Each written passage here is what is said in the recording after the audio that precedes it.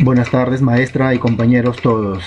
En esta ocasión, y como parte de las exposiciones del curso Teoría de la Danza 2, nosotros los alumnos Marilú Estrella Estrada, Cristian Caya Liendo y Edwin Moreno Cancino hablaremos de 3 capítulos como parte de nuestro tema. Primero, la llegada de los negros al Perú. La esclavitud en el mundo es tan antigua como el hombre. Durante milenios todas las razas fueron objeto de esclavitud, no solamente los negros. A casi 500 años de esclavitud negra en América Latina, se sabe que 15 millones de negros fueron traídos del África en condición de esclavos, para luego ser llevados a algún lugar de América.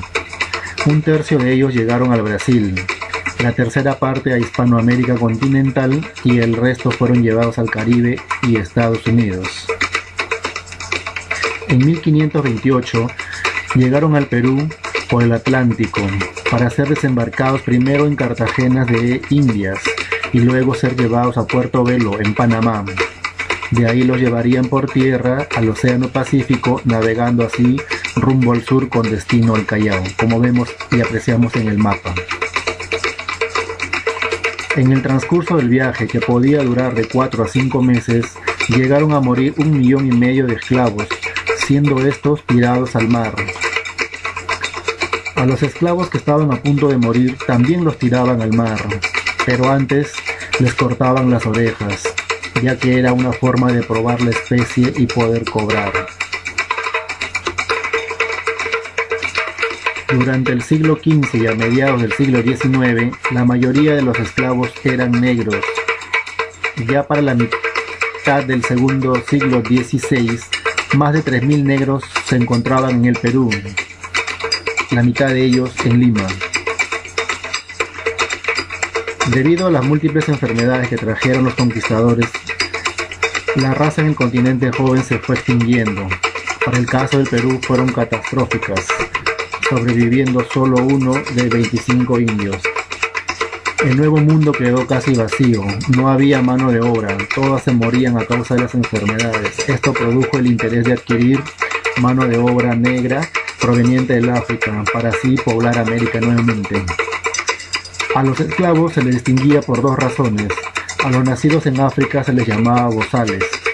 Se les decía así porque hablaban como si tuvieran puesto un bozal y con voz cavernosa. Como parte de ellos también surgieron los negros ladinos, que eran los nacidos en África pero que ya vivían en América. Otro grupo de ellos eran los llamados criollos, que vivían o los nacidos en América. Estos servían mejor para las tareas domésticas y para los servicios urbanos. En el Perú, los esclavos empezaron a vivir torturas, pasando hambruna, humillaciones y castigos. Los hombres eran identificados por las marcas en sus frentes y mejillas, y en el caso de las mujeres, en los bustos. También eran sometidos a excesivas horas de trabajo, sin descanso ni alimento, extendiendo diferencia entre ellos. Para los semiesclavos culis chinos, el tiempo de trabajo era de 8 años, mientras que para los negros eran hasta que murieran.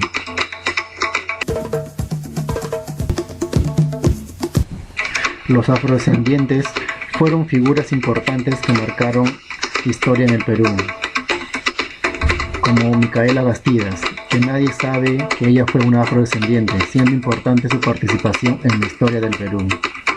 Otra mujer afrodescendiente fue también Catalina Buendía de Pecho, quien en la época de la Guerra del Pacífico trató de enfrentarse a las tropas chilenas y al no poder hacerlo, entre comillas, se rindió. Pero antes les ofreció de darles de beber chicha. La chicha de la victoria la llamaba ella. ¿Qué respondieron los chilenos ante ello? No, tú nos quieres matar.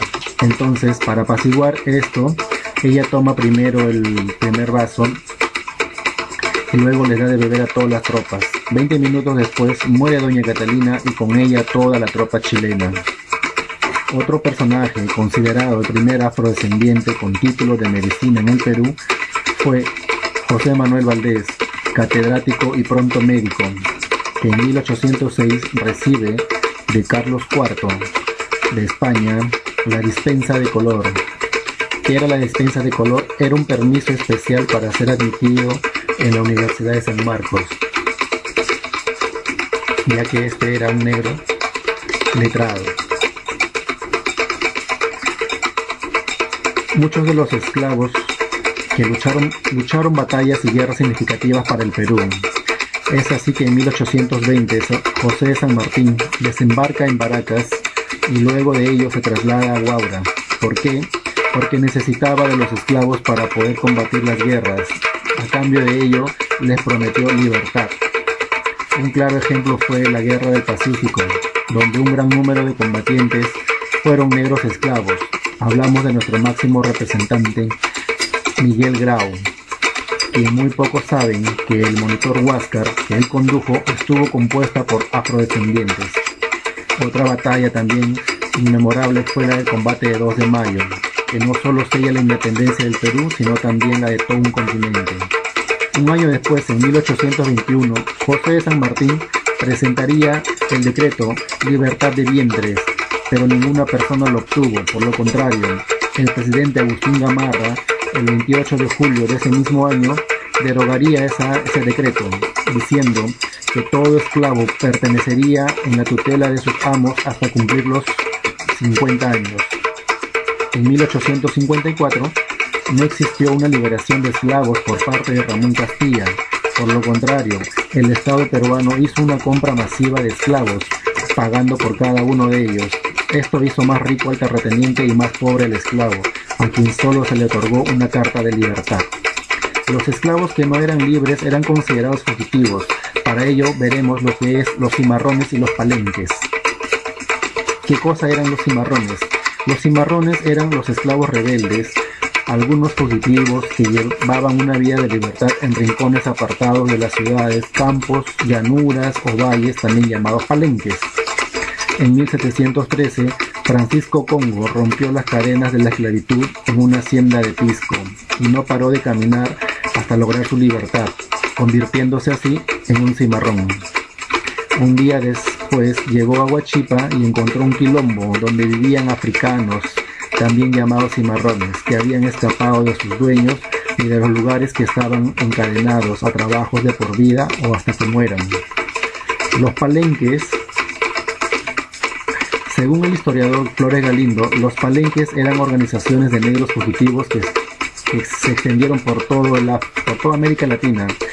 Los negros cimarrones los llamaban palenques, quilombos, mambíes, cumbes o ladeiras. Para Wilfredo Capsoli, los palenques fue una organización que surgió al margen del sistema colonial, cuyo nombre significa lugar inalcanzable. La creación de esos palenques también condujo a la creación de una cultura africana, en resistencia a la impuesta por los conquistadores. A partir de la mitad del segundo siglo XVIII, estas organizaciones trascendieron fronteras locales, todas situadas en parte central de la costa peruana, desde Chancay y los montes de Chacra del Valle Chillón hasta Supe y hasta los valles de Huachipa.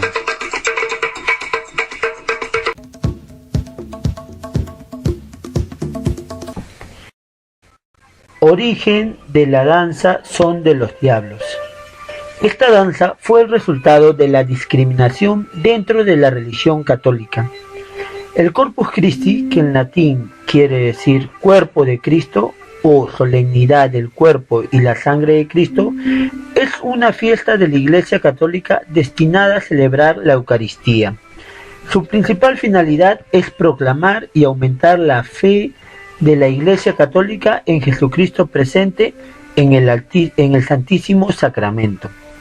El Cabildo, que está compuesto por alcaldes o jueces municipales y por los concejales o regidores, fue un organismo representativo de la comunidad que velaba por el buen funcionamiento de una ciudad y tenía jurisdicción sobre el territorio de la misma.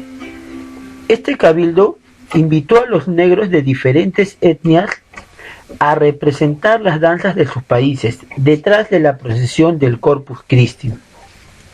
Las diferentes etnias citadas desfilaban detrás de la procesión con indumentarias y armas de sus países. Estas podrían ser escudos, lanzas, flechas. Se cubrían con pieles de animales y plumas. Entre saltos lanzaban cánticos que para los europeos eran alaridos. Algunos disparaban armas de fuego que les fueron prohibidas con el pasar del tiempo.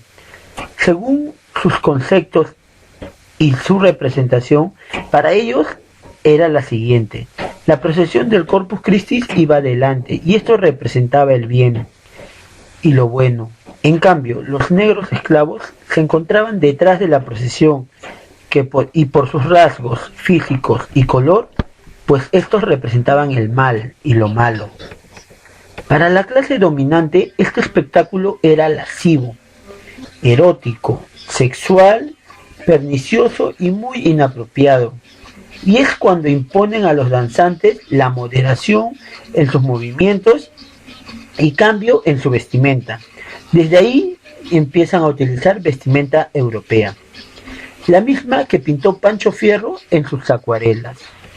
El uso de la cajita como instrumento musical nació dentro de la iglesia. Antiguamente, las personas que acompañaban a los sacerdotes eran los esclavos africanos, con el único objetivo de cristianizarlos, para poder así introducirlos a la religión católica. Su función era la recolección de la limosna o diezmo durante el recorrido del Corpus Christi. Luego se percataron que con la cajita se podían realizar algunos sonidos. Pasado el tiempo se le agregó el masito y fue ahí convirtiéndose en un instrumento musical que se introdujo en la época de carnaval. Desde ahí cambia su funcionalidad de ser un objeto utilizado en la iglesia a formar parte como un instrumento de comparsa. El historiador Fernando Romero nos menciona que el son de los diablos no es un diablo auténticamente africano, sino más bien un elemento africano cristianizado por los colonizadores. En sus relatos nos habla de un personaje que llamó la atención a los europeos y que a su vez copió de los europeos ciertas manifestaciones a las que ellos denominaron el brujo o el ganga. Este personaje fue impresionante y lo llevaron consigo a Europa. Conforme entraban los negros, hubo una amalgama entre este personaje, el ganga, y el diablo católico. Y fue ahí que nació una figura, el cual es un vestigio bastante lejano del diablo, que aparecía en las manifestaciones del son de los diablos. En el año 1958, durante el gobierno de Manuel Prado Ugarteche, desaparece esta danza. Se escuchan muchas hipótesis del porqué, pero según lo manifiesta el cultor Lalo Izquierdo en una breve entrevista que le realicé, menciona que esto se debe a que el gobierno decidió retirarla puesto que esta danza beneficiaba al pueblo y no a las altas autoridades. Es por ello la decisión de desaparecerla. Otra hipótesis es que durante el proceso de los carnavales, al hacer uso de máscaras, se fomentaba mucho vandalismo y desorden en la vía pública, ya que la característica principal del diablo era hacer morisquetas, travesuras y movimientos acrobáticos, pues esto era malinterpretado y es por ello que las autoridades decidieron desaparecer esta danza.